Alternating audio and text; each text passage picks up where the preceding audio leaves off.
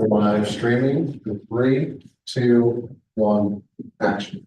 Good evening and welcome back to the December 16th, 2025 Hendrick Hudson Board of Education meeting.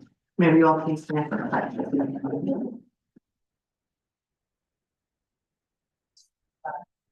States of America, to the republic which stands one nation under God, indivisible, with liberty and justice for all.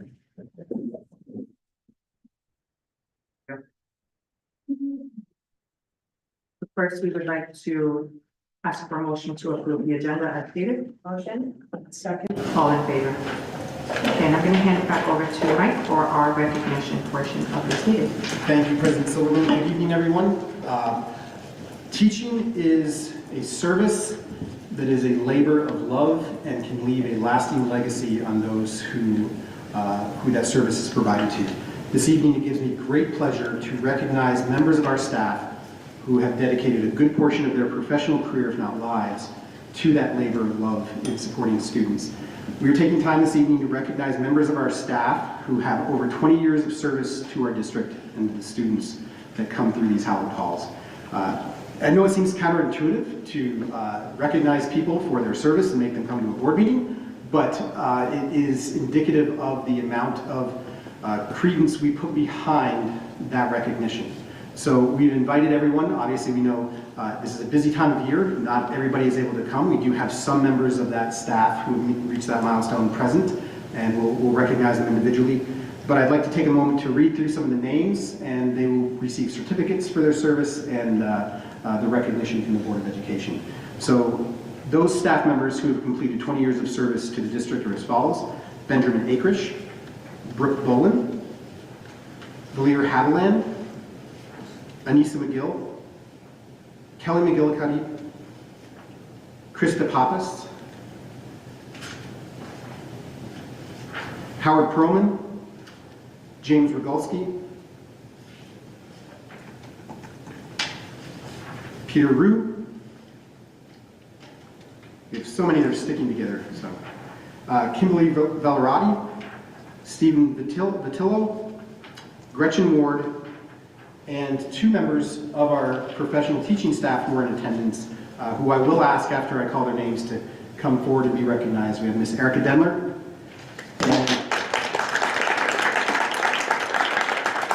and Dr. Francois Barker.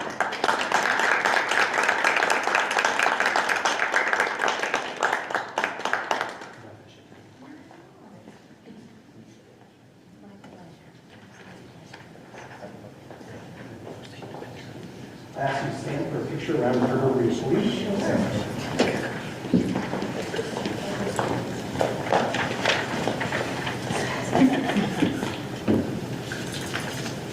Congratulations. Oh, Mike, smile.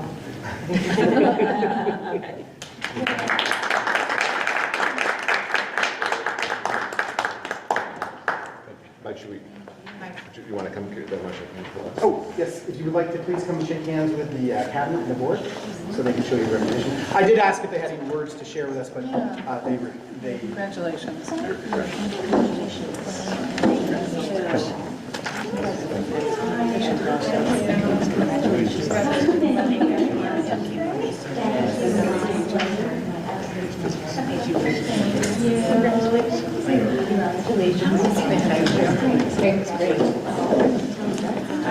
Thank you so much. Congratulations.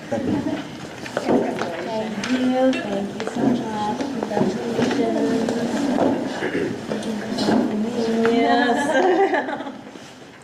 So again, thank you to all of our staff members. As you notice, we recognize all of our staff, not only our teachers, but all those who support our students.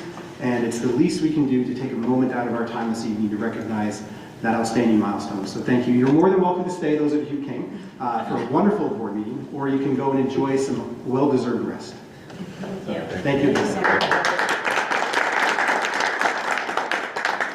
And Carmen and I will make sure that those who are unable to attend this evening do receive their certificates in the mail. Thank you. And on behalf of the board, I also want to say thank you, because that is a great accomplishment and we appreciate what you do for our students. Okay, moving on, we have audience comments for non-agenda items. Carmen, do we have anyone? We do not. Thank you. Okay, and we are on to our presentations. I'll bring that back to you. Sure, thank you, Ms. Silverman. So tonight we have a few presentations to update the board on. Our first one, I will turn over to Mr. Christopher Moreno, our Acting Director of Pupil Personnel Services, to talk about protocol that we have in place and supports that we have in place to support our students who may be in need of additional support. So, Mr. Moreno. Thank you very much. So, very pleased that our district prioritizes the health and safety of our students, including the mental health and mental well-being of our student population K-12.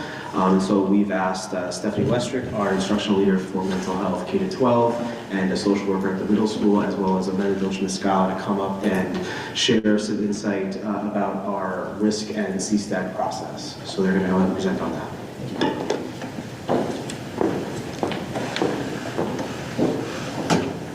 Good evening, everyone. My name is Amanda Dolce-Mascola. I'm safety coordinator for the district.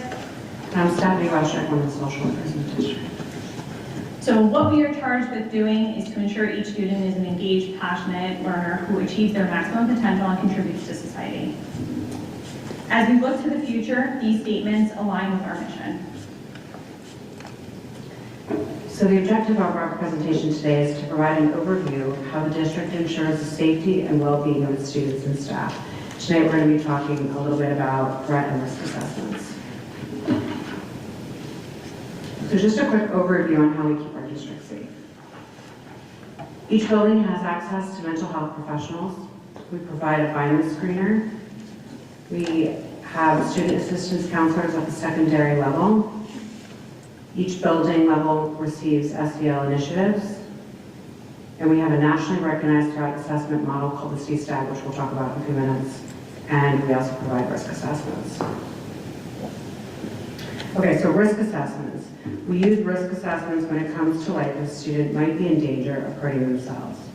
We use an instrument to assess that based on the Columbia model.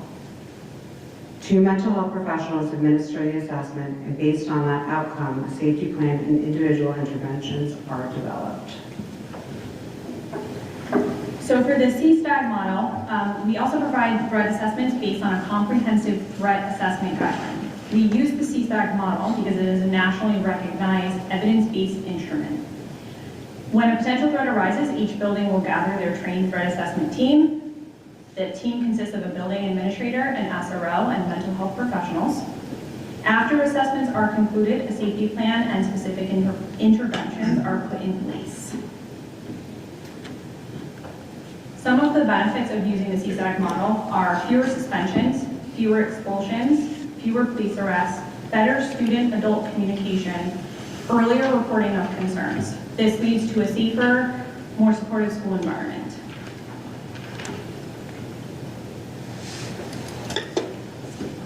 All right, so, part of what we do obviously is the assessment piece, and that's a very important piece, but then what do you do with the assessments and when that's done? So we have several tiers and several layers of support for our students, including obviously our building level check-ins, building level mental health, and part of this entire process also is Amanda and Stephanie working with the entire mental health team to provide a lot of training for our staff on what constitutes a student making a risk statement or a threat statement that you need to kind of dig deeper on.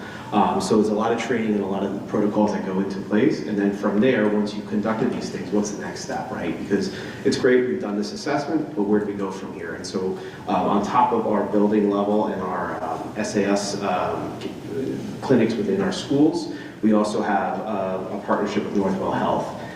This has been something that's new this year, and it's really been a benefit to our overall student population. So for a couple of reasons. So first of all, the proximity to Hendrick Hudson. It's at our Mount Kisco office. Stephanie and I had a chance to tour it. It was fantastic, a very welcoming environment, somewhere where you're comfortable bringing students who are obviously in crisis. They offer same-day crisis intervention. So if a student is having a behavioral or mental health crisis, it's no longer hoping they can get to an emergency room and see somebody, or hoping they can see their outside provider, or finding an outside provider that same day. They're guaranteed, because we have the partnership with them, that you can get in the same day and get support for your student. And then for non-crisis situations, they're guaranteeing same-week appointments. So again, if you've ever searched for that outside, you obviously know that their wait lists can be months long. They offer assessments both for the school district, also private assessments if you need to get your student assessed for a psychiatric need or whatever it might be. They also do coordination of care and referral, and it's not a referral traditionally like we would see is here's a list of doctors you can call and you're on your own. They actually hold point of care until you have found they can actually hand off and transition you to a physician on the outside. They also have at their availability a suite of private practitioners that are also affiliated with Northwell that they can make referrals to if the geographic issues are not an issue for your family. And they also offer same-day medication consultation and medication management, which again, when you have a young person who may be in crisis, is a very valuable tool. So this, along with our assessments and all the training and protocols that we do, are just some of the many things that we're doing to prioritize the safety and well-being of our student population K-12. Thanks very much, Chris. Thank you for organizing this presentation. Thank you to Amanda and Stephanie for helping provide the board and the community with information. We're often going to hear that our students may have been asked to complete or engage in one of these threat assessments, or that there's supports being put in place. So I think it's important for us to have a working understanding on just what occurs. And I appreciate you in shedding light on that and helping us understand it in a easy to process manner. So thank you. Any questions from the board? Okay. Amanda, Stephanie, you're more than welcome to stay for the remainder of the meeting, or at this time you can feel free to go home and stay warm from the weather outside. Thank you. So thank you both. Next, for the board, we do have a presentation on the feedback we received regarding our food service program. This survey was conducted, and we're going to share this thought exchange was conducted recently to gather feedback as the school district made its change at the high school to the National School Lunch Program. So thank you, Greg, for pulling that up. We always start with our mission and, of course, our directions of the school district, our actions for the future for this year. If we move to the presentations of the presentation objectives, the primary purpose of this presentation will be to present the results of the high school lunch thought exchange, to establish baseline data and highlight key themes related to student satisfaction, menu variety, and meal quality. We also want to be sure to continue to engage district leaders, food service staff, and the Board of Education in a constructive discussion focused on addressing any student concerns that may arise from this transition to the National School Lunch Program guidelines, while balancing nutritional, operational, and budget considerations. And then finally, reinforce the school district's commitment to transparency and responsiveness by sharing plans for a continued review of our programs, including collaboration with food service leadership and follow-up survey in January. And we do have this evening, we have members from our Aramark team to join us, to include Martin Kalini and Debbie Smith. So they'll be joining us in a few moments. Just some brief review of the thought exchange itself. The exchange ran from September 17th, 2025 to October 10th, 2025. And we will have a brief update, as I said, by Martin. And that, I just want to provide the context that the exchange was conducted prior to Martin's arrival. Martin came on board in mid-October. This exchange ended right around the time that Martin was coming on board. So I'll ask the board that we keep this in mind as we review the results, and then Martin, after we look at the results, provides some initial thoughts on his perspective of our food service program. He has reviewed the results, and he will be providing his insights into next steps that are possible here. So we thank him for joining us this evening. And also as a reminder, this presentation was scheduled for November. We did have some rescheduling of board meetings due to some conflicts that occurred. So this presentation was supposed to be delivered in November. And even though it's being delivered a couple months after the survey ended, the district has been looking at plans in place to address some of the data that was gleaned from this. If we go to the next slide to explore some of the key themes that were present from the exchange itself, with respect to student satisfaction, the results and the thoughts that were shared there, when you take a look at, there were mixed reactions, with a tendency towards dissatisfaction with current options. There were frequent mentions of a perceived decline in quality from previous years. There were requests with respect to the menu, return of popular items such as fries, cookies and various drink options. By protocol, I don't eat before a board meeting, so this is a very difficult topic to talk about, especially when you talk about fried drinks and cookies. There was also, with respect to the menu, there was a notable demand for more diverse options, particularly asking the district to provide vegetarian options and sweet treats. And with respect to meal quality, there were concerns about the taste and appeal of possible healthier options, and then suggestions for improvement that were provided in that thought exchange included better quality bread and more seasoned meals. And for context, if somebody's not familiar with the thought exchange, it's different than a traditional survey. A thought exchange asks you to respond to a prompt that you saw on the slide before. So we asked our students to respond to that prompt, and they do so in short form, and then other students in this particular case respond by rating the thoughts of their colleagues, and that helps develop a consensus of what some of those main themes are, and that's how this information is gleaned. On the next slide, I mentioned that we are already taking a look at a path forward based upon the survey or the exchange results that we received. To look at that, I utilized a common organizational tool, and I apologize while we just had an update on a threat assessment that I'm using the word threat in the presentation. It's never good to use the word threat in a school district, but I'll explain that. So this is called a strength, weakness, and opportunity and threat protocol. This protocol helps us to analyze our current reality, plan strategically, and ensure that our steps are both informed and impactful when we choose to do that. So when we look at the 4 quadrants of our SWOT protocol, as it's colloquially known, the last quadrant is officially, as I said, designated as threats in the analysis, but that really focuses on the potential negative outcomes of not addressing some of the information that came as a result of this survey. And again, the survey is a baseline survey. We will run an exchange in January, as you see again, to gather more information because there are some variables that have changed. What's one of those variables? The variable of time. Martin has had a chance also to come in, and as a new incoming food service director, we've asked him to take a critical lens of the program itself, and he will be presenting on that as well. So when I conducted the SWOT analysis, I teased out some of the following. In terms of strength, the primary strength, if you glean through the entire exchange itself, lies in the access to free meals for our students, which demonstrates our commitment to equity, and some responses along those lines appreciated the push towards healthier meal options overall. Clear weaknesses that were garnered from the responses was critical areas for improvement could be focused on the student experience. Specifically, that dissatisfaction as shared with the quality and variety of the menu. And there was some perceived inadequacy of the portion sizes and lack of popular appealing items that students had been used to at the high school. When we explore opportunities, I feel that we have to revisit our students and engage more deeply. So what does that look like? Martin and I will, and Jill will definitely dive into that. But it involves, again, as I said, I will be visiting the high school and having lunch each month. I didn't make it in November, I apologize, and I will make it before December. I will make sure I'm here for that. I did enjoy a nice cheeseburger in September. My doctor didn't appreciate that, but it was good.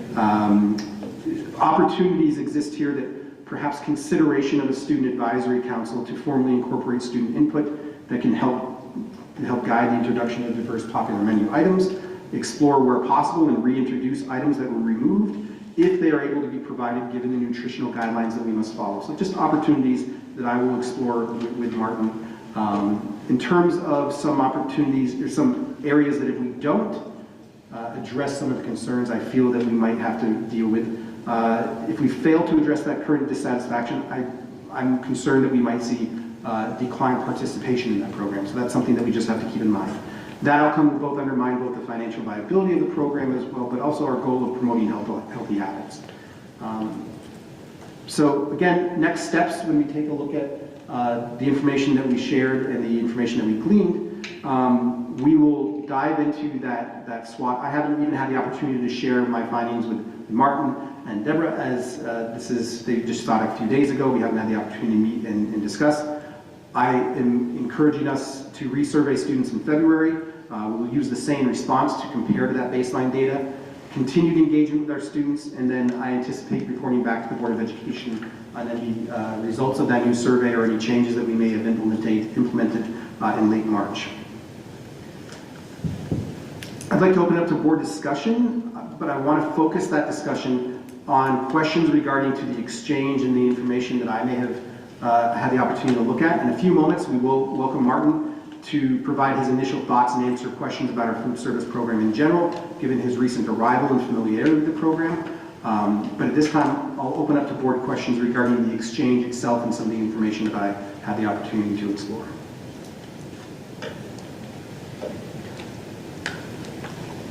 Thank you for that.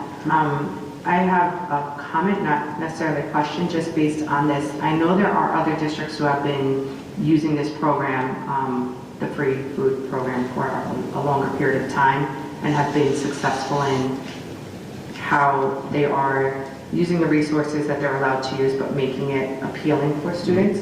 Has there been thought of having like field visits to these other districts or other districts who are doing this to see what they are doing that is working and how they're able to, I know, again, certain things we can't control, but we can control what we are presenting to our students to a certain extent. Has there been any thought on visiting other schools to see what they're doing, what's working, what's not working with them? So that's definitely something that Martin, Jill, and I can discuss. And one of the benefits of working with Aramark is they are present in other school districts, and so they can take experiences that they've seen in those school districts and leverage that perhaps as implementing it here in Hendrick-Hudson. But that's definitely something we'd be open to. I'm sorry if I missed it somewhere. What were the results like in terms of how many students participated in the thought exchange? Let me just make sure. I That's believe we had 201 201 participants, 101 thoughts. That's across the district? 9 through 12. It was only surveyed 9 through 12 because this high school was the location where the change was made in terms of the program itself.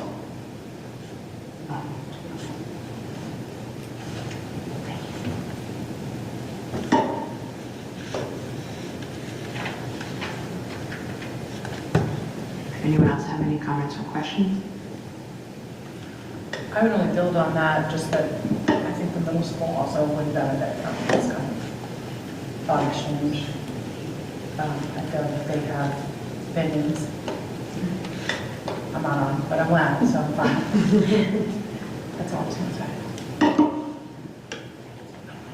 I think the question for me is just, how are we going to have check-ins periodically to make sure that, you know, all the work we're doing is improving and the students are happy and we're getting all of the benefits of the program? Are we going to have periodic check-ins? How are we checking in with the students to make sure that they're continually satisfied?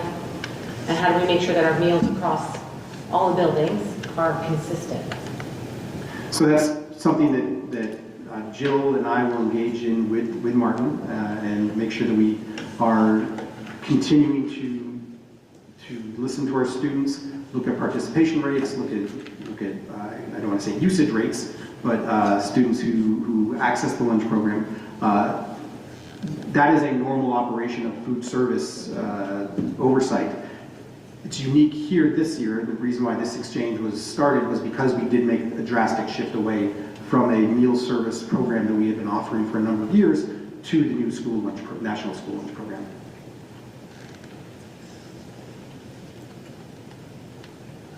Anybody else? I was going to say, piggybacking off that, I know we have the different menus for all the different buildings. Can we also look at making sure, I know everyone can eat everything, but making sure the menus are age appropriate? Or, like, for example, an elementary K2 school should have food that would appeal to students who would be K2 aged.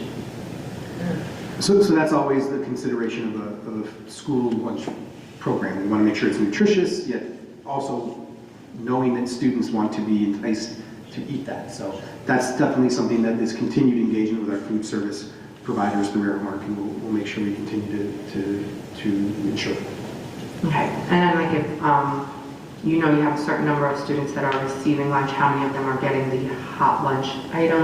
And if it seems like it's not a big ticket item, maybe we don't offer it as often, or we scrap it altogether and go to other items. I know we can't eat the same food every day, but There needs to be responsiveness. So I do Yes. know that Martin will be providing information on overall food service, and I want to give him an opportunity to do that. I can tell you that I learned from the great churro incident of the There's a October donut this week, I know. in the middle school, that my interaction with looking into that matter where there was a run on the popular menu item is that oftentimes, or that Aramark does monitor the amount of food provided and adjusts accordingly based on meal or menu items. So I know Martin might be able to go into a little bit more detail on that when he does present on his overall thoughts on the food service program.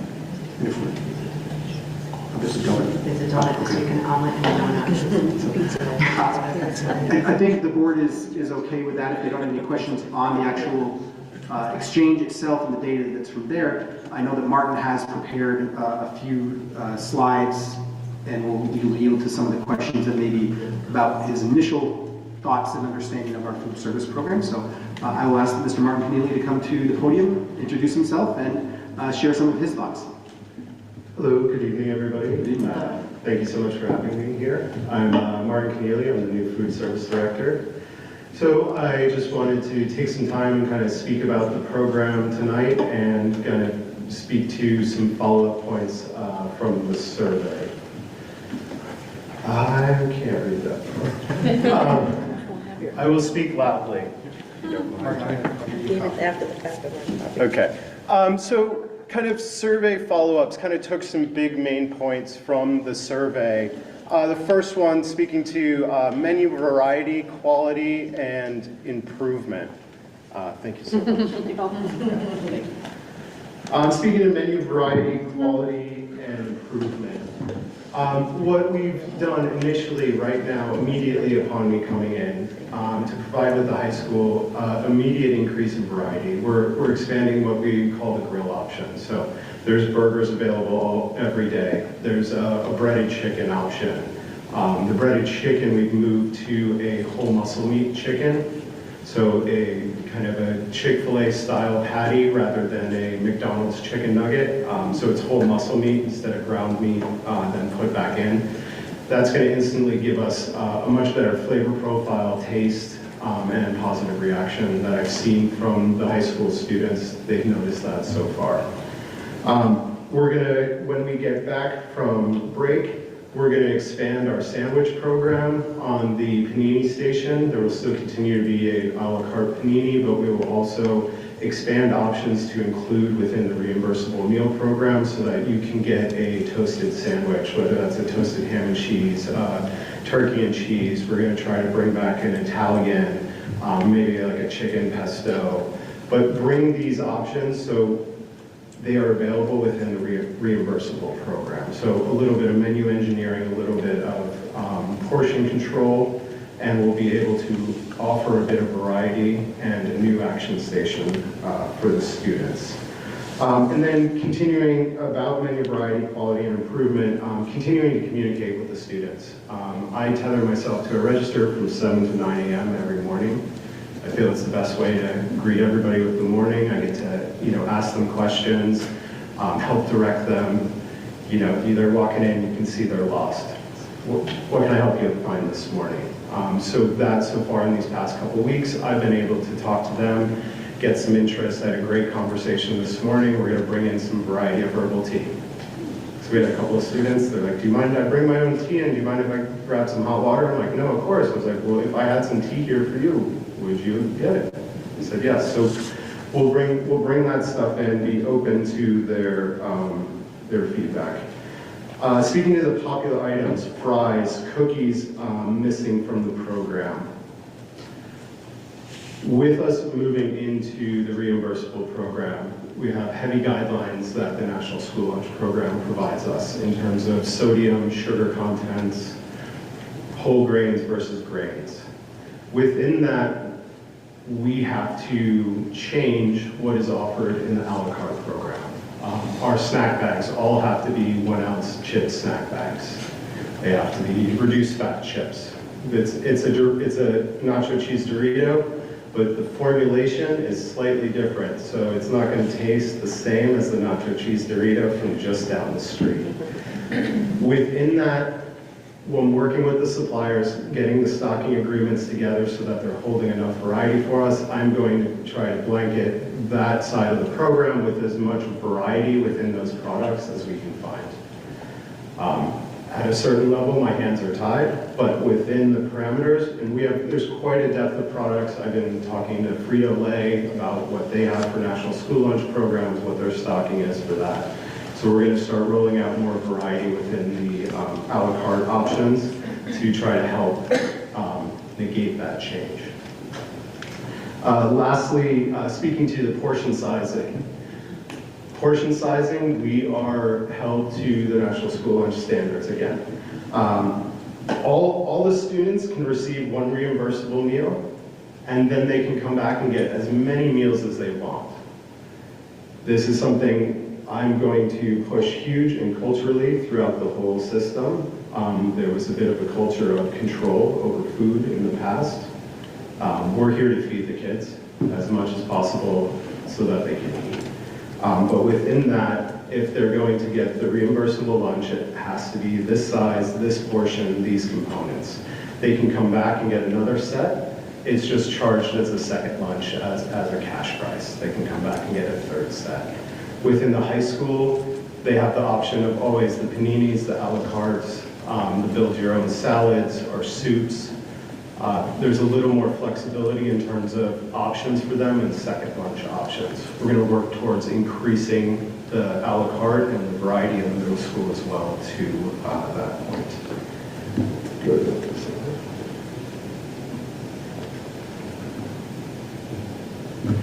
All right. So, I just lost it, but it's okay. There we go. Go away.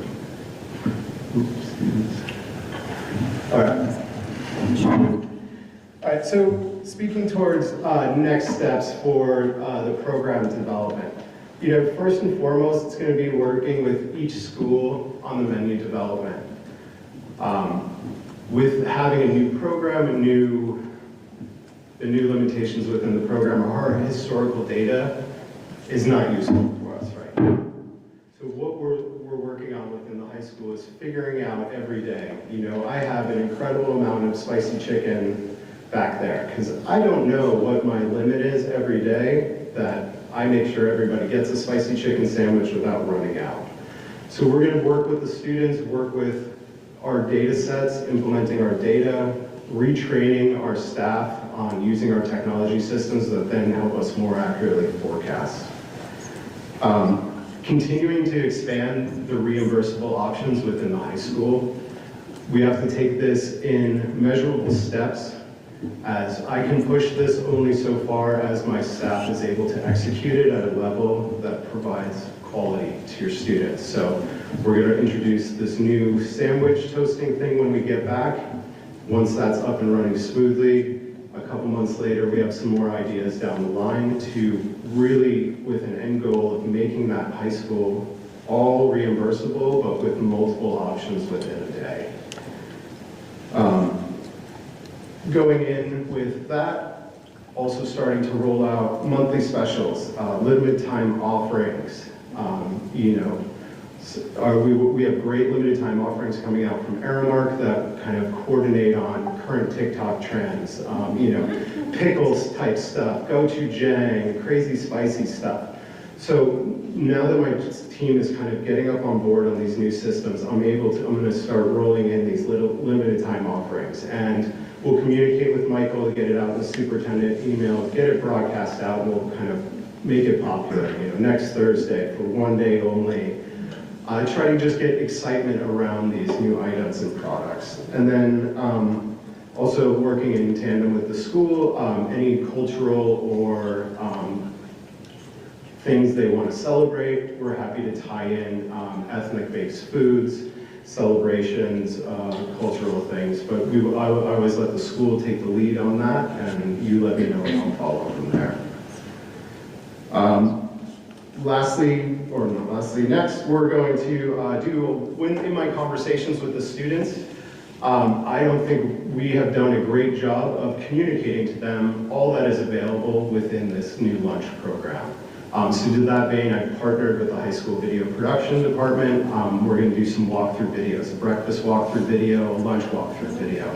Just going, as you walk into the lunchroom, for your reimbursable lunch, you're able to grab all of these different options and a fruit or a juice. You know, these just to awareness. If you don't know, you're not going to take advantage of it. And I think reaching them by video in this day and age is the only way to reach them. Kind of talking back end, we're upgrading our POS system for better data management and transfer, which will then give us much more accurate reporting, financial reporting, and data for the district. I have spoken with all of the principals in the different schools and kind of heard their pain points. In the middle school, we are going to roll out a breakfast cart. There's quite a big physical distance from between where the students kind of enter the school, where the lunchroom is, and where they need to end up after the lunchroom. So if we can kind of meet them when they're walking in the door, whether that's with muffins, little grab-and-go handheld things, and we can have a little mobile register once we upgrade the POS system, you know, a little cashless register, they can type in their number, grab their breakfast, and then go and chit-chat or socialize. Because that's what they want to do, but we need them to get breakfast too, so if we can make it convenient for them and it doesn't take away from that time, maybe we can nail it. And again, with that, it will be a constant evolution until we have the right items and the right products there. It's going to be a trial and error, but we're going to just trial and error until we get there. Digital signage in the lunchrooms is a longer-term project, but getting digital signage will allow us to really bring a wow factor in. It will allow us to be able to display real-time allergen information, nutritional information, allow us to make changes on the fly as well. The digital signage programs tie into a back-end website. So rather than when we click the lunch menu link on the website, currently it brings us to a Google Drive. You click on that link, it would bring you to a landing page, and it'd be Henrik Hudson School dining landing page.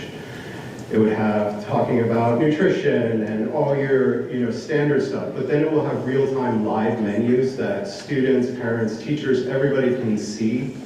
And if on Wednesday morning or on Tuesday my broccoli doesn't come in and it's going to be cauliflower, I can make that change in my system and it will be live to everybody else. So rather than, Steve coming in expecting to get grilled cheese, and he's super bummed now because it's not grilled cheese day anymore, and he's been waiting all week, I can at least maybe head it off in the morning by getting the thing updated in time.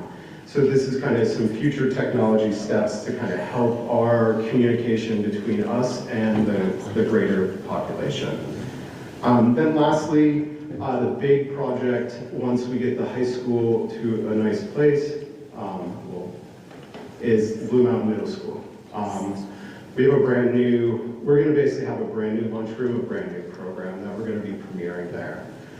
Within that gives us a ton of opportunities to launch a brand new program. Look at this thing from scratch, look at what we have in terms of availability in the servery, look at the kitchen, what will we need in terms of staffing changes, what sort of, getting the right people in the right places, and then menu development and how we can really premiere that with all the excitement it deserves. So that's going to be the big spring project into early summer. So we'll continue to collaborate as those things come together to make sure we get feedback from the middle school population so we know what we're doing is going to be effective.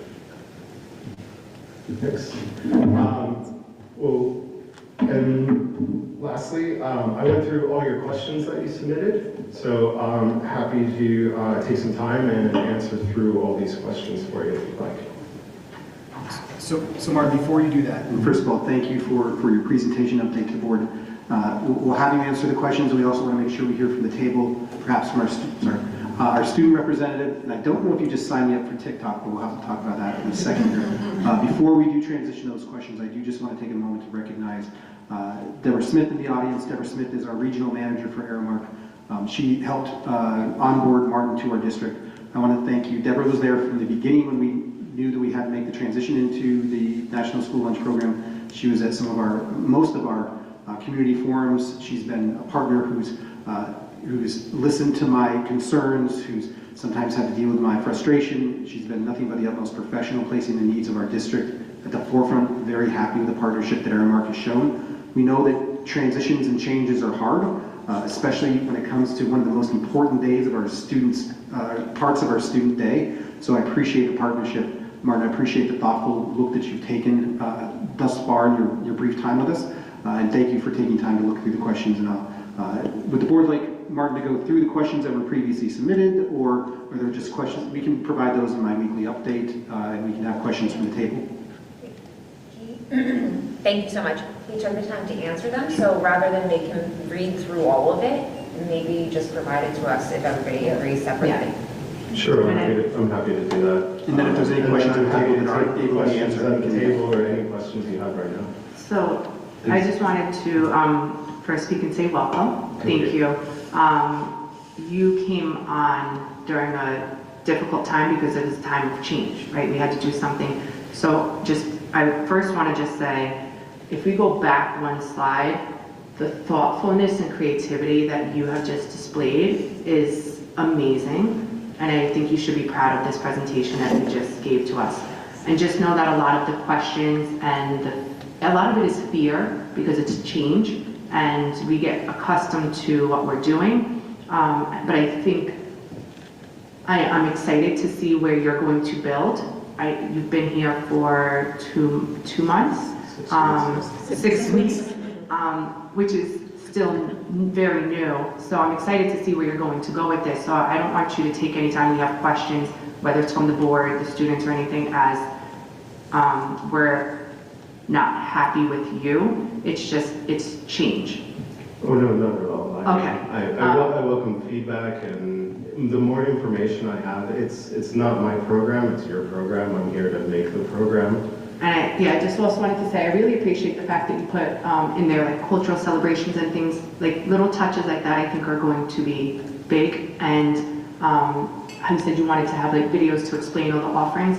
I think maybe part of that as well would be educating our young students on like healthy eating habits, because what they develop now can carry into their adulthood. So if we could include that in the videos, because I know a lot of it is, I want the cookies, I want the fries, but just understanding moderation and time and place for everything. And we can have those, we just maybe don't need them every day.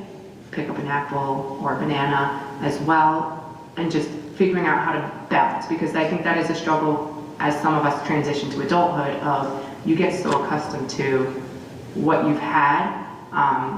So just educating as well as in the process of what you're doing. And I just wanted to say thank you. Oh yeah, you're welcome. Yeah, 100%. The wonderful thing about Aramark Child Nutrition is there's an incredible depth of educational and nutritional resources that I'll be able to tap into and customize them for you. But thank you for that. I'll add that to them. You did something interesting. You made school lunch and wow factor work together in a sentence. It's very exciting. I agree with Amelia. I love so many of these ideas. I'm particularly excited to hear about all the upgrades to Blue Mountain, the middle school. I love that you were spending time here every morning at a register to get that feedback and sort of watch the process. Will you do that at the middle school as well once that program rolls out in the spring? Oh yeah, 100%. Okay, awesome. I try to be in every building at least one day a week, if not more. And as my managerial rhythm comes up to speed, it'll be spending whole days. And especially with the new rollout of a program, there will be a lot of focus and energy down there. Great. We're going to let you hear from our student representative. Yeah, please.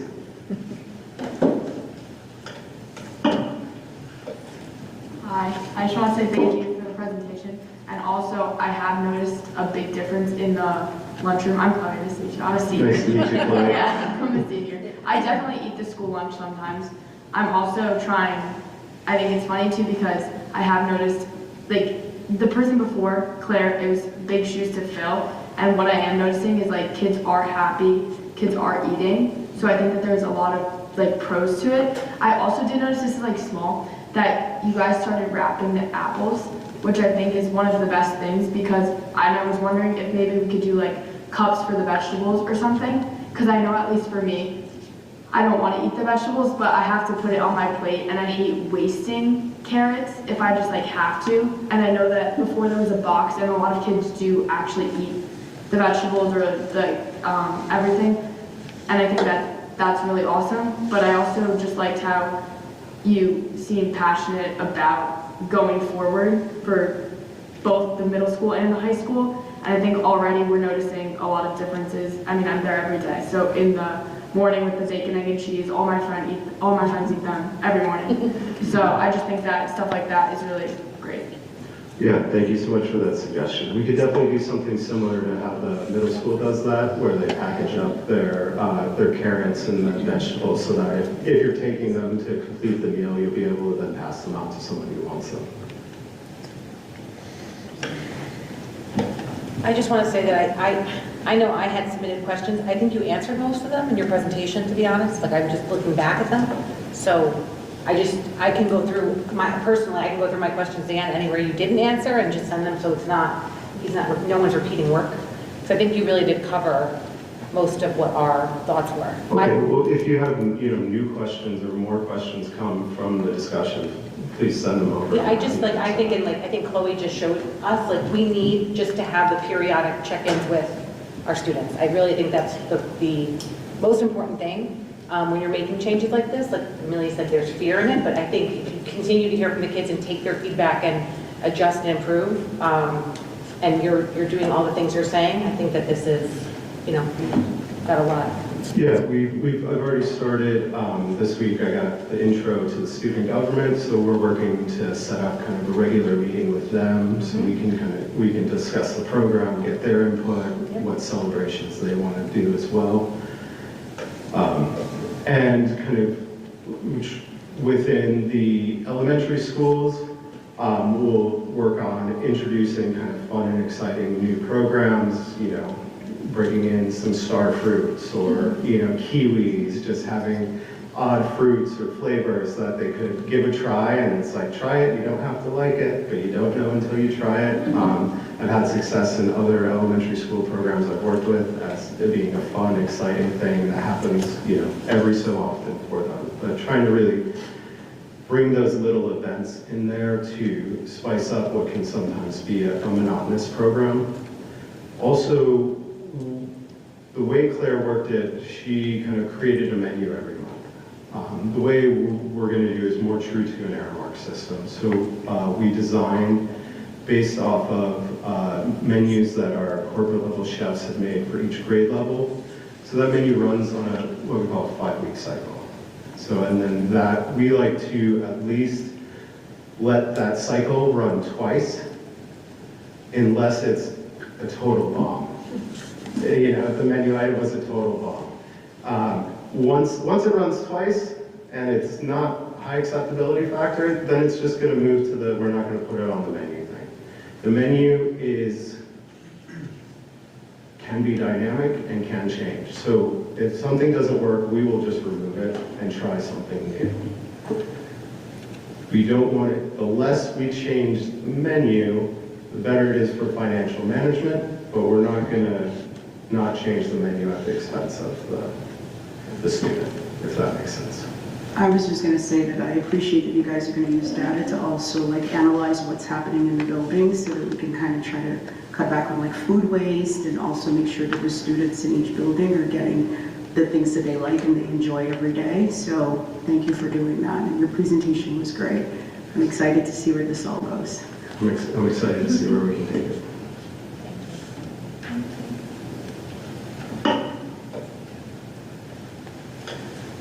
So thank you again to Deborah and to Martin for their partnership. As you can see, Aramark has truly demonstrated its willingness to collaborate, be responsive, and make sure that we follow through on what we claim and we state. So I really appreciate the partnership and look forward to continue that. So again, thank you to all of our presenters this evening. That concludes the presentation portion of it. If you're willing to, if you're willing, I'm sorry, it is not the end of it. From our guest presenters, we do have some presentations from the table. So if there's anybody who'd like to take the opportunity to excuse themselves, go home and enjoy this beautiful evening out, you're more than welcome to do that now. And while that transition occurs, I will ask Dr. Lauren Scollins to provide a brief curricular update to the board. And just thank you again, everybody. Thank you. Thank you so much for having us. Thank you. Happy holidays. Look forward to meeting again.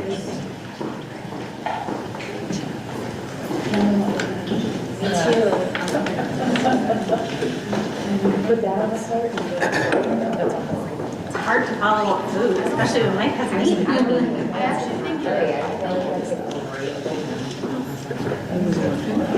It's much less expensive. I believe it's $8 for staff. So we're going to have Lauren provide it. It's tough to follow food, as she said, but That's okay. I'm going to just provide a brief update about our curriculum committee. Our curriculum instruction and assessment committee this year is meeting monthly, and we are reviewing curriculum proposals, and part of our mission with this work this year is to bring forward different curriculum proposals to the table so that we are all on the same page about where we are headed with our curriculum at each of our different levels. So this year, our proposal process started with a new proposal form where students, teachers, members of our community could propose different types of curriculum or resources. That form is submitted to the principal for review. Once the principal of the building reviews, it comes to the committee. Our committee is quite large this year and has several subcommittees. It's exciting to have a lot of different perspectives. The committee reviews the initial presentation or the initial proposal form, asks clarifying questions, and then we ask those who filled out the form to come to present to the committee. From there, our committee has been making recommendations about the curriculum or the courses that are being proposed, whether that's more information, budgetary implications, or next steps. One of those next steps is a Board of Ed presentation, and then from there will be revision and implementation. Some of our curriculum is easier, or we've been working on it, so I anticipate more of these happening in a 2-year cycle. The information that I'll be sharing tonight about our proposals, the conversation started last year, and we finally got to a point where we're revised enough to be able to present and to potentially implement in 26-27.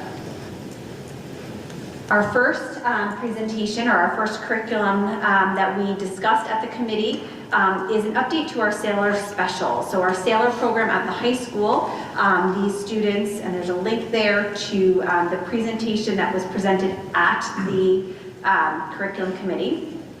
Our students in the Sailor program currently engage in different types of specials, and each year that has rotated and changed based on availability and need. This program, or this curriculum proposal, includes cohesive scheduling for our Sailor program, our Sailor A and our Sailor B. It builds on their needs, and it's structured and a little bit more routine oriented, and it provides opportunities for students over their time in the Sailor program. More appropriate healthy habits courses, different activities within their physical education classes, as well as expanding their United Sound program, or being able to engage in music more regularly. It is a budget neutral piece of curriculum. It already is in existence, and we are just codifying how that would look within our system now. Our next course is, the next 2 courses are very exciting as we consider our strategic plan as well as our plan pilot work for the high school. As we know, we are a plan pilot school focused on real-world experiences and interdisciplinary learning experiences for students. We have a group of incredibly motivated teachers at the high school who are turnkeying this performance-based assessments and interdisciplinary work with our faculty. We had an incredible learning session on Monday during our early release day where our Plan Pilot core team began to implement different types of learning experiences for our staff so that we can see this more widely across the school system. However, there were 2 courses that have been in the works over the last year or so that were presented to the curriculum committee that we will be adding, hopefully to our curriculum proposal or our course selection sheet rather, for the 26-27 school year. The first is a course called Perspectives, and this would be a course for 9th grade students that would block global history and geography, which is the 9th grade global studies class, and studio art, both required courses, where studio art is one of the required, is an elective that students can take at the high school. Students could choose to take this class, which would pair what they're learning in their global studies as well as their studio art. So for example, considering thinking about Renaissance times and then going to your studio art and learning about Renaissance art and creating an interdisciplinary learning experience between those 2 concepts. So the teachers are working together to plan those assessments and performance experiences for students where they would be able to see that connection between global studies and history as well as studio art and different types of art experiences. The link that is included in the presentation does go into a little bit more about how this would be scheduled and what that looks like. Students would earn credit in both global studies and studio art towards the credits that they need to graduate. The second course that is an interdisciplinary course for seniors. So from freshmen to seniors, while this has been cutely named Piglet, we're still working on that name. So students, our seniors are required to take participation in government and English during their senior year. And what this course would do would be align their participation in government classes as well as their American literature class to enhance critical thinking and communication using that performance-based assessments and real-world experiences. The course would culminate in an internship or real-world experience and service learning at the end of the course. All of the courses that we are proposing are budget neutral and would be able to be added to our course selection sheet so that students would have the option to engage in these interdisciplinary courses or the traditional pathway. So our next steps is that we will begin the scheduling process in January with Dr. Kleinman and his team. We've been meeting this week with our principals to talk about the budget and the implications that this might have in our budget. And from there, we will see what exciting work comes of it. Any questions for Dr. Scollins on the presentation? And yes, go ahead. With the participation in government and the English one, would that be, because PIG is only it's a half-year course to get, because it's econ and PIG, would this be a half-year course? Because English you need 2. It would be a full year because we would incorporate economics into that, which is why Piglet is like a misnomer. You still have that other piece to it, but it would be a full year course. So it's like PIG, econ, and English.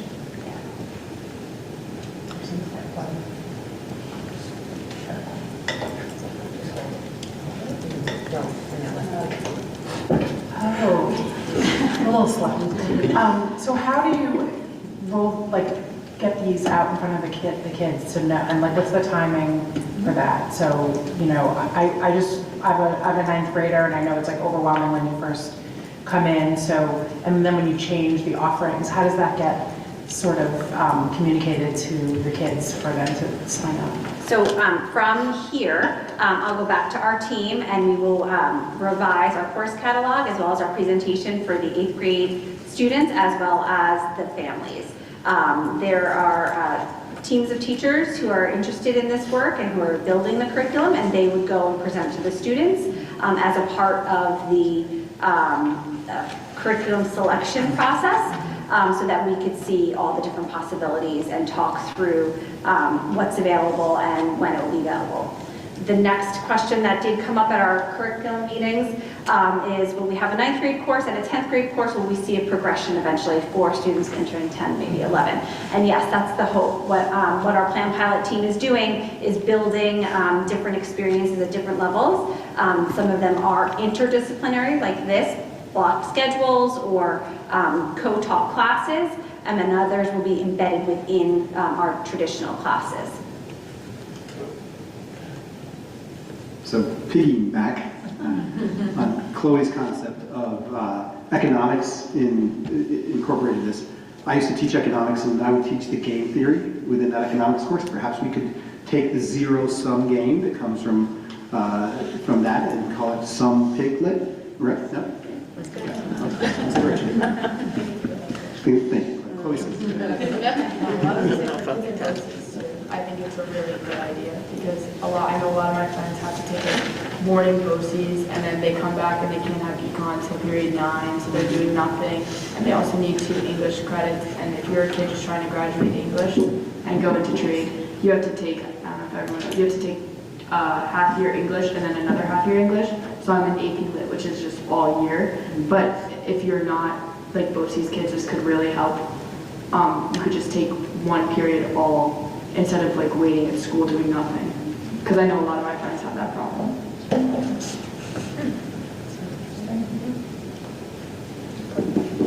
Okay.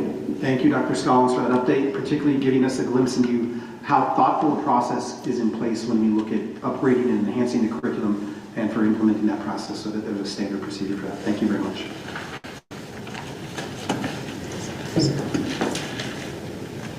Turn it back over to you. Thank you. Okay, so we are moving on to the consent agenda. Is there anybody who would like to pull anything from the consent agenda? Yes. I'd like to pull, oh wait, I lost it. General 7.2, specifically the approval of the building use agenda. Second. All in favor? Would anybody like to pull anything else from the consent agenda? Can I ask for a motion to approve the consent agenda minus 7.02 under general, the approval of the building use agenda? Motion to approve the agenda. Second. All in favor? Okay, and then looking at point of privilege, absolutely. Thank you, thank you. I would like to make a motion to table the approval of the building use agenda to our meeting on January 7th, 2026. Second. All in favor? Thank you. And that brings it back over to you for the superintendent's update that will be brief. I can follow directions. So yes, before we do go into my update, I do want to take a moment. You heard me allude to introducing Dr. Scollins. I want to take a moment in public to formally recognize and congratulate Dr. Lauren Scollins on earning her doctoral degree from Fordham University, an extraordinary academic achievement that reflects years of rigorous study, research, and dedication. Dr. Scollins' accomplishments exemplifies, and I thank her for doing this for our students, adherence to lifelong learning, and serves as a powerful reminder and model for our students and staff. Dr. Scollins' dissertation, and correct me obviously if I'm wrong, you were the doctor, on promoting positive school culture, teacher leadership, and morale directly aligns with the work and the mission of the Hendrick-Hudson Central School District. And on behalf of the Board of Education and the administration, congratulations, Dr. Scollins. Proud to have your leadership, scholarship, and expertise benefiting our students, staff, and our community. I don't know if it's appropriate to ask you to defend it again, but no, I think you can take a breath and just enjoy the fruits of your labor, so congratulations. Want to just take a moment to make sure that we revisit the topic that we had at our last Board of Education meeting regarding the first responder exemption. At the December 3rd, 2025 meeting, the Board of Education asked the administration to begin the process of developing a proposed resolution for the board's consideration regarding the adoption of the first responders tax exemption for qualified residents. To support the board in this work, the district has established a process for community input, which I'll ask Greg to pull up. Community members who wish to share their perspectives or ask questions regarding this topic are encouraged to visit the district website. Click on the upper right, look at that, great job, Greg, thank you. Click on the upper right-hand activity button or action button called Just Ask. And from there, you can select the first responder tax exemption option at the bottom of that blue activity box to access a fillable form where input may be submitted. It will ask for your name. The only reason we ask for that is to make sure who you can respond to. It won't be shared publicly. It will be shared with myself, and I'll check that form each week as we go through this process, as the board considering that resolution, and share that input with the board. So thank you, Greg, for showing that. Okay. Sure. Go ahead. In any of your communications, are you going to highlight that and put like a direct link? Because I don't know how many people are going to go through all those steps. Sure, I'll make sure that I do highlight that in my upcoming. I will be providing a message to the community this coming Monday, the 22nd, so I'll make sure I put that in there. You're welcome. So talking about the next couple of days, we are approaching what I believe everyone deserves is a well-earned holiday recess. I want to extend my best wishes to our Board of Education, our staff, our students, and our family, wishing you a restful and joyful break. I hope I'm the first person who gets to say we'll see you next year. But please be reminded that schools will not be in session for instruction from December 22nd through January 2nd, 2026, with students returning to instruction on Monday, January 5th, 2026.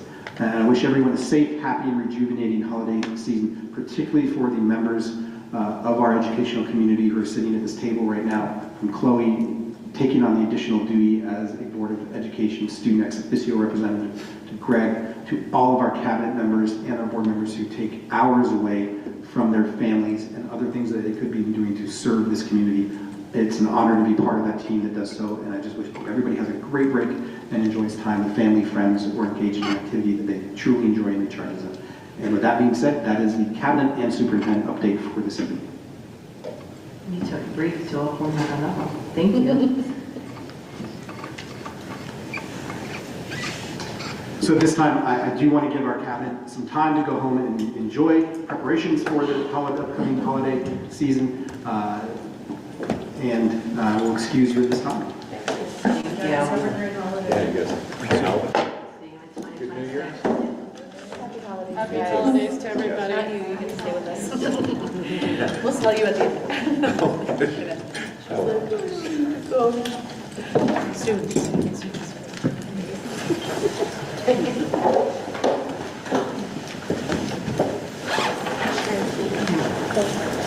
We are going to transition over to committee reports. We can just harass anyone who has any reports from committees, and then start on that end with you,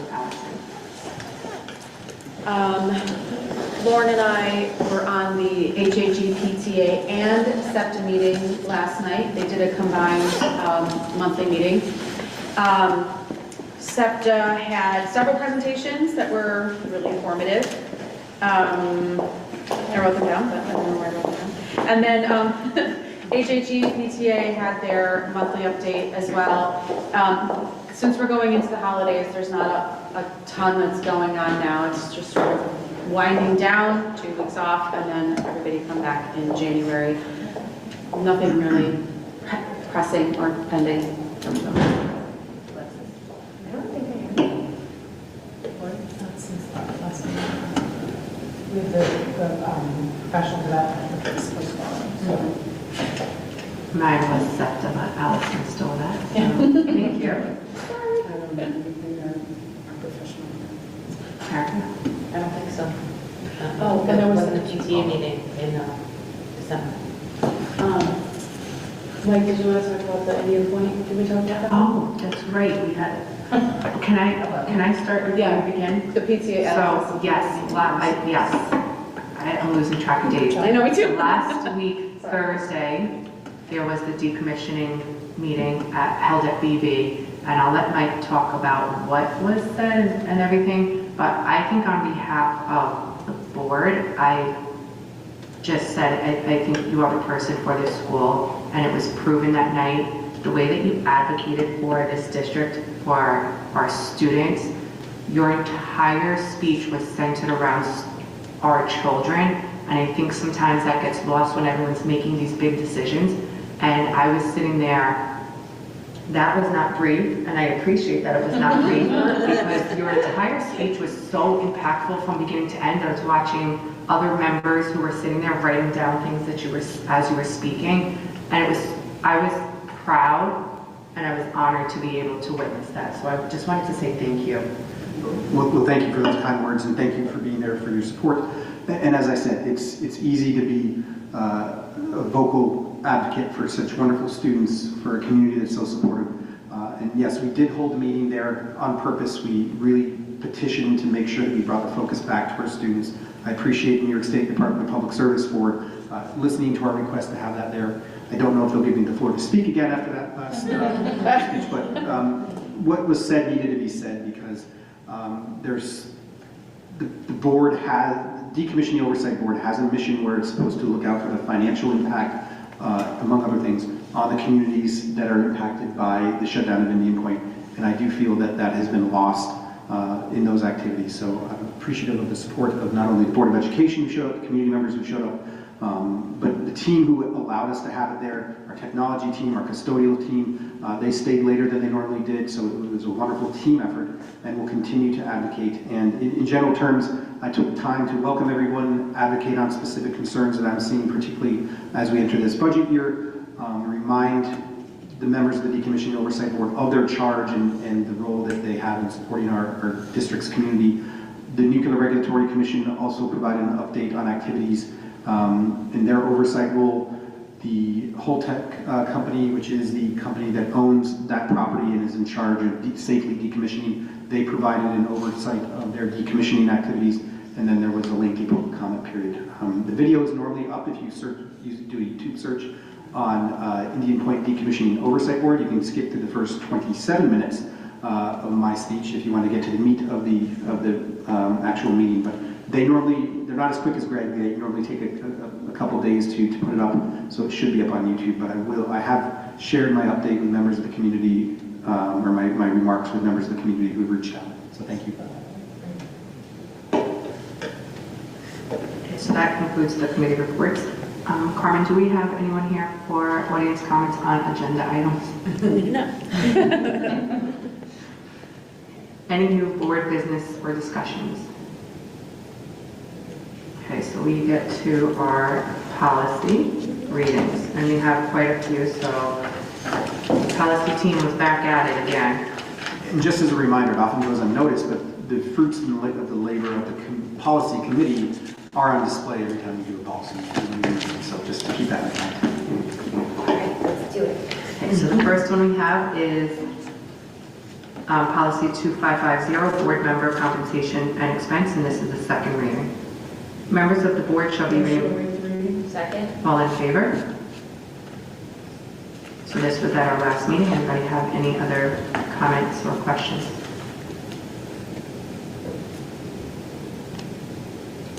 Motion to approve policy 2.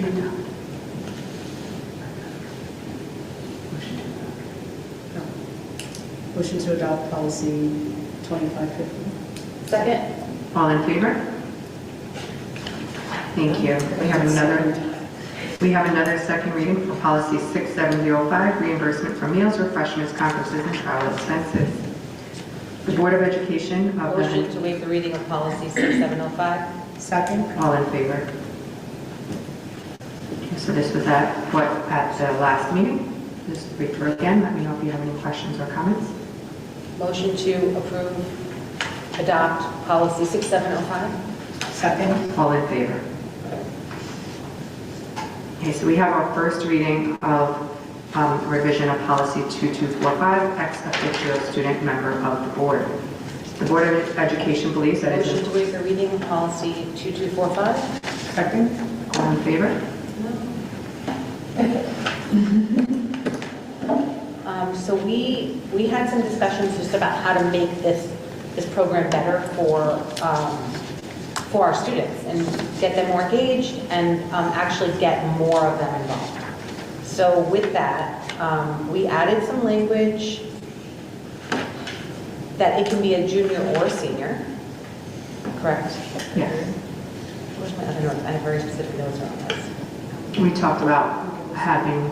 This was the one where we talked about adding some of the qualifications and the process into the regulations as opposed to in the policy. Yes, because we're working around establishing a clear pathway that actually takes the board, the students learn earlier about the process.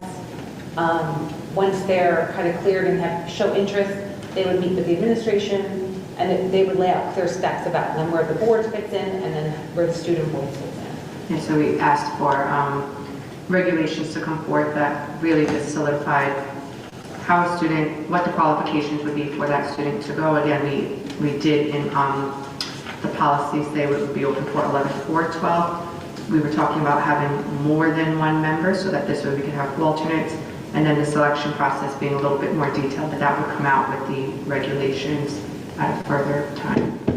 Great, that's very good. Is there anything in there, if an 11th grader gets it, could they do it for second year?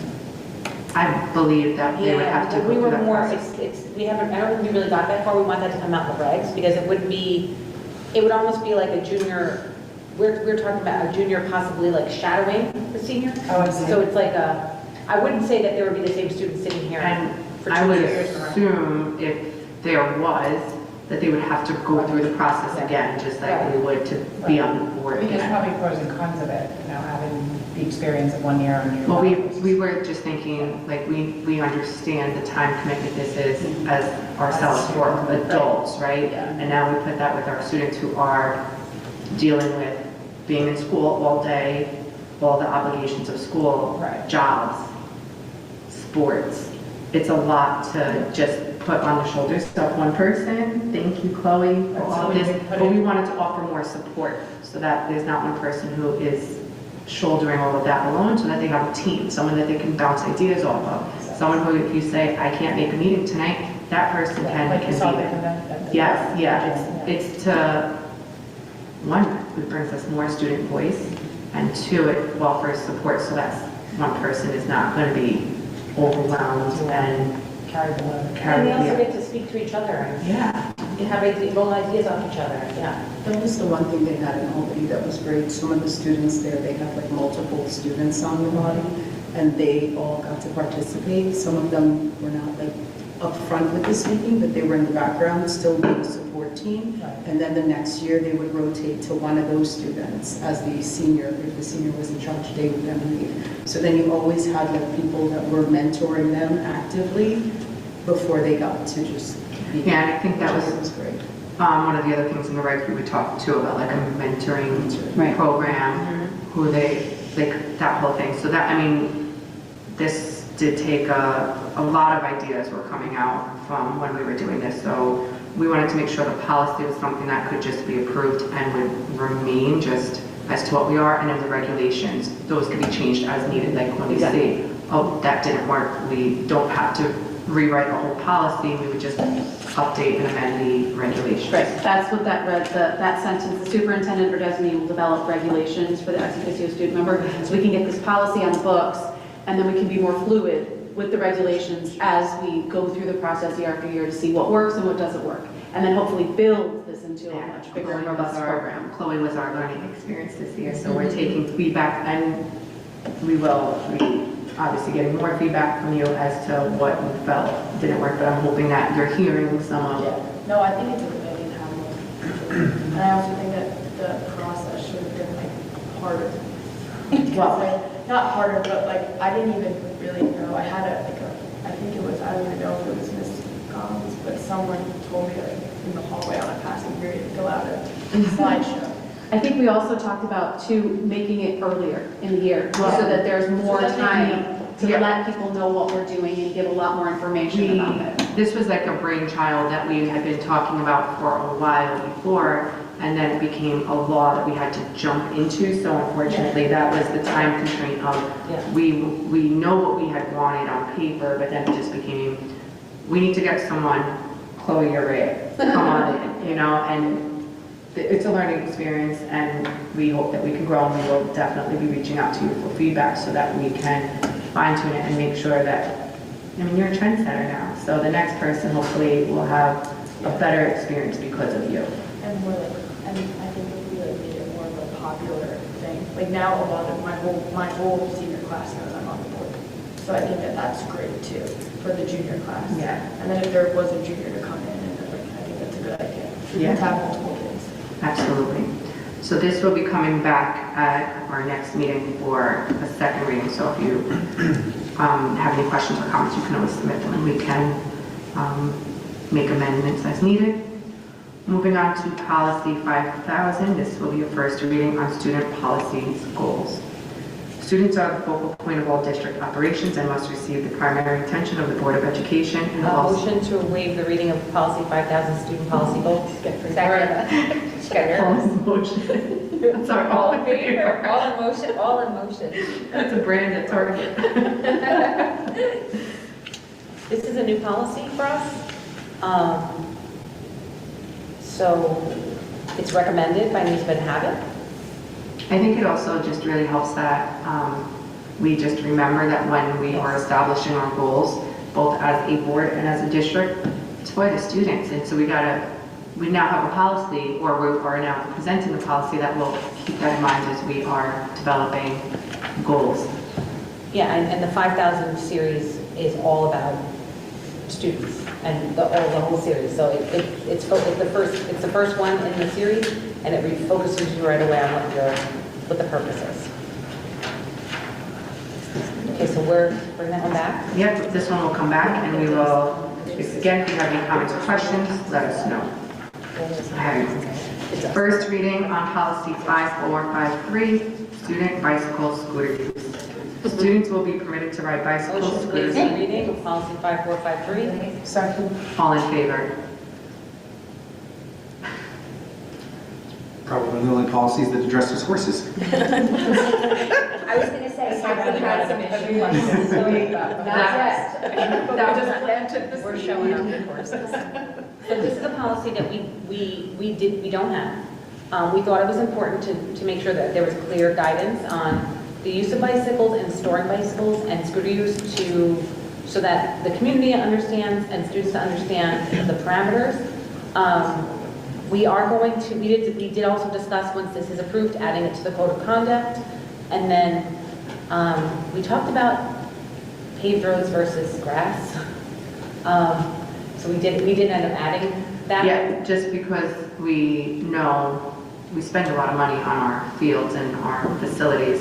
One, we want to make sure our students are safe, right? And when you're not on a paved road, something can happen. And also we want to keep our facilities safe because as we look at our budget, we don't really have money to keep updating things that we already have. We have a laundry list of other things we want to work on. Mike, would you like to add something here? I think you did a fantastic job explaining it. The policy really codifies that we know that I think going to school on any of these devices can be a healthy choice. It is often a relied upon form of transportation for some of our students, and we just want to codify across the district on how we approach that activity in a safe and responsible manner.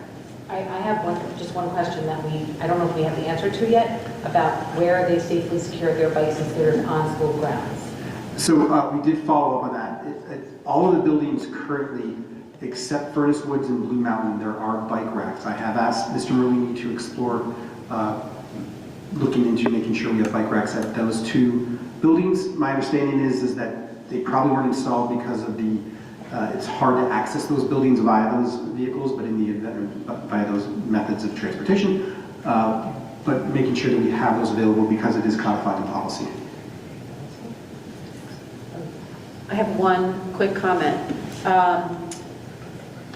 Any student found to be endangering the safety of themselves or others while riding a bicycle scooter on school grounds may have bicycle scooter privileges denied. Did we talk about changing that to say may be subject to disciplinary action just in case we don't want to take away their scooter or bike if that's their only means of transportation for getting to school, but they could be subject to some other type of disciplinary action? That way it would be up to the principal and not up to us what the consequence is. Would the board be willing to entertain, the policy committee be willing to entertain a change of the board eventually, rather than disciplinary, subject to code of conduct considerations? Yeah, I think something like that. We actually talked about adding this to the code of conduct. Do you want to define what endangering is? I think I just don't want that to be the only, I think we talked about that being the only consequence for the building principal or whoever is contacted should be the one to sort of decide that. Yeah, I think there might be some level of subjectivity given each unique circumstance that is right. the transition, driving that scooter or device may present itself. Obviously, you could have somebody driving a scooter on a day where there's not weather impact in a manner that's safe. Weather could change that. The number of other students or vehicles around could change the situation. So there will be some level of subjectivity there, but adding it to the code of conduct specifically also offers due process rights for the students in that as well. Okay, so we had a nice talk about the horses. I can't joust on my way to school. No horses, guys. Sorry. It's policy. Okay, that will come back at our next meeting, and we can, if you wanted to provide any updates. Okay, so now we have our first reading to retire policy 5020.1, sexual harassment. The Board of Education Motion to recommends... waive the reading of policy 5020.1. Second. All in favor? This policy, we're recommending to retire because it is already part of, it's addressed in policy 0111 and 0115.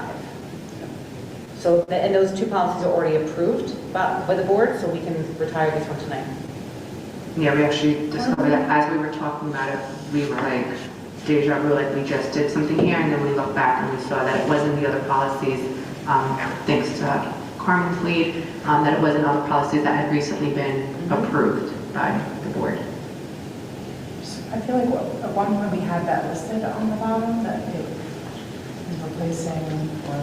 I think it is on the It is, agenda. I think, if you look on the Yeah, if you look on the board agenda, diligent, it's on 1406. if you look on diligent, on 1406, it says right there, this policy is addressed in policy 0111 and 011. Oh, you mean, she's looking at the actual policy? Oh, no, I see. Okay. In the little blurb. Yeah. Okay, that's great. Thank you. And then just a reminder, anything that is retired can still be found in the archived on the policy corner. I'd like to make a motion to waive the second reading of retire policy 5021.1. 5020. All in favor? I'd like to make a motion to retire policy 5020.1. Second. All in favor? And that policy will now be retired, but it can, as we stated, be found in policy 0111 and 0115. Sorry. Okay, now we have our first reading to retire policy 5020.2, racial harassment of students. The Motion board, to waive the reading of policy 5020.2. This is this. all in favor? This is the same reason as the other one. It's covered in policy 011 and 0115. Okay. I'd like to make a motion to waive the second reading to retire policy 5020.2, racial harassment of students. Second. All in favor? I'd like to make a motion to retire policy 5020.2, racial harassment of students. Second. All in favor? All in favor? All in favor? Okay. So policy 5020.2, racial harassment of students, is now retired, but again, can be found in policy 0111 and 0115. And then we have our first reading to retire policy 5020.3, diversity. In support of quality education. Motion to waive the reading to retire policy 5020.3. Second. All in favor? This is covered in 0105, which also means that we can, because it's already established, we can waive the second reading. Okay. So I'm going to make a motion to waive the second reading to retire policy 5020.3, diversity. Second. All in favor? And then I'm going to make a motion to retire policy 5020.3, diversity. All in favor? Sorry. All in favor?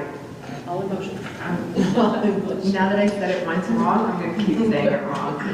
Again, that policy can be found in the archived, retired section of our policy corner. Okay, and that brings us to the end. Motion to close the meeting? Second. All in favor? Happy holidays.